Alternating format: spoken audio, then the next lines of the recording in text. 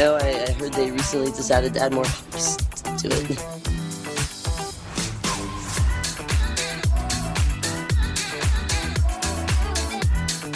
And I'm in the front row, and I'm hammered drunk.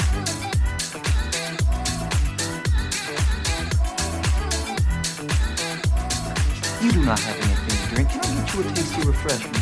Yes, I'll have a beer. Wunderbar.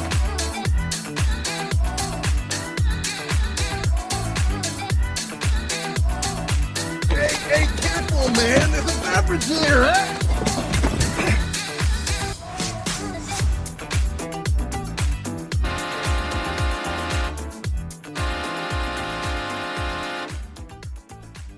Hi there, everyone. The guys are currently away, so I took over the podcast for this evening. This is Anna, and I will be reading The Highwayman by Alfred Noyes. The wind was a torrent of darkness among the gusty trees. The moon was a ghostly galleon tossed upon cloudy seas. The road was a ribbon of moonlight over the purple moor, and the highwayman came riding, riding, riding. The highwayman came riding up to the old inn door. He'd a French-cocked hat on his forehead, a bunch of lace at his chin, a coat of the claret velvet, and breeches of brown doeskin. They fitted with never a wrinkle. His boots were up to the thigh, and he rode with a jeweled twinkle. His pistol butts a twinkle, his rapier hilt a twinkle, under the jeweled sky. Over the cobbles he clattered and clashed in the dark inn yard. He tapped with his whip on the shutters, but all was locked and barred. He whistled a tune to the window, and who should be waiting there but the landlord's black-eyed daughter, Bess, the landlord's daughter, plaiting a dark red love knot into her long black hair. And dark in the dark old inn yard, a stable wicket creaked, where Tim, the ostler, listened. His face was white and peaked. His eyes were hollows of madness, his hair like moldy hay. But he loved the landlord's daughter, the landlord's red-lipped daughter. Dumb as a dog he listened, and he heard the robber say, "One kiss, my bonny sweetheart. I'm after a prize tonight. But I shall be back with the yellow gold before the morning light. Yet, if they press me sharply and harry me through the day, then look for me by moonlight, watch for me by moonlight. I'll come to thee by moonlight, though hell should bar the way." He rose upright in the stirrups. He scarce could reach her hand, but she loosened her hair in the casement. His face burnt like a brand, as a black cascade of perfume came tumbling over his breast, and he kissed its waves in the moonlight.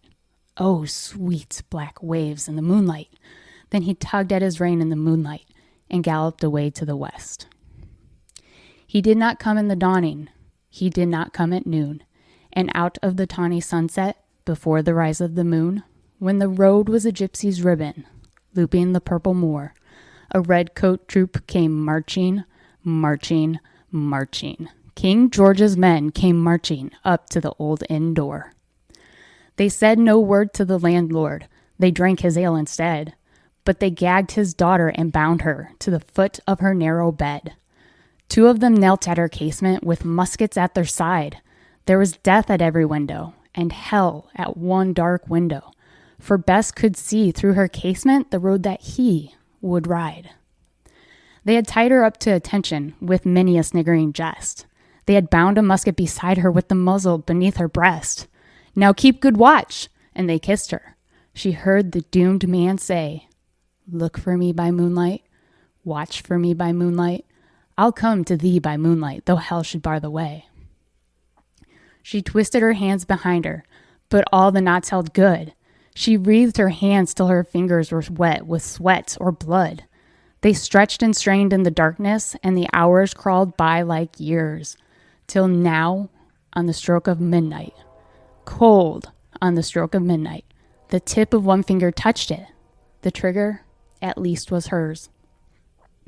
The tip of one finger touched it. She strove no more for the rest. Up, she stood to attention, with the muzzle beneath her breast. She would not risk their hearing. She would not strive again, for the road lay bare in the moonlight, blank and bare in the moonlight, and the blood of her veins in the moonlight throbbed to her love's refrain. Tlot, tlot, tlot, tlot. Had they heard it? The horse hoofs ringing clear. Tlot, tlot, tlot, tlot.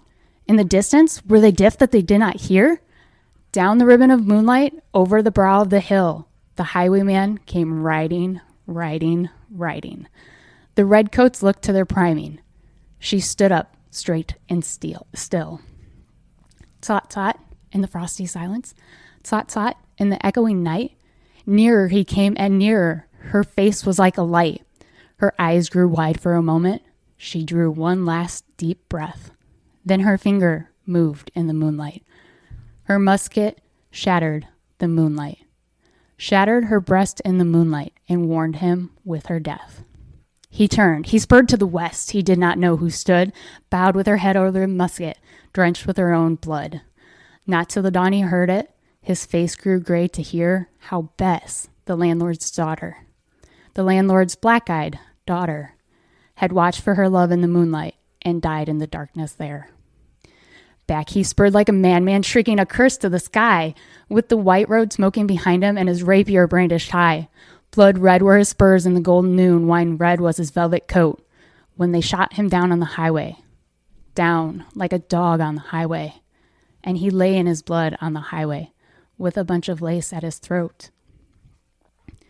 And still of a winter's night, they say, when the wind is in the trees, when the moon is a ghostly galleon tossed upon cloudy seas, when the road is a ribbon of moonlight over the purple moor, a highwayman comes riding, riding, riding. A highwayman comes riding up to the old inn door. Over the cobbles he clatters and clangs in the dark inn yard. He taps with his whip on the shutters, but all is locked and barred. He whistles a tune to the window, and who should be waiting there but the landlord's black-eyed daughter, Bess, the landlord's daughter, plaiting a dark red love knot into her long black hair.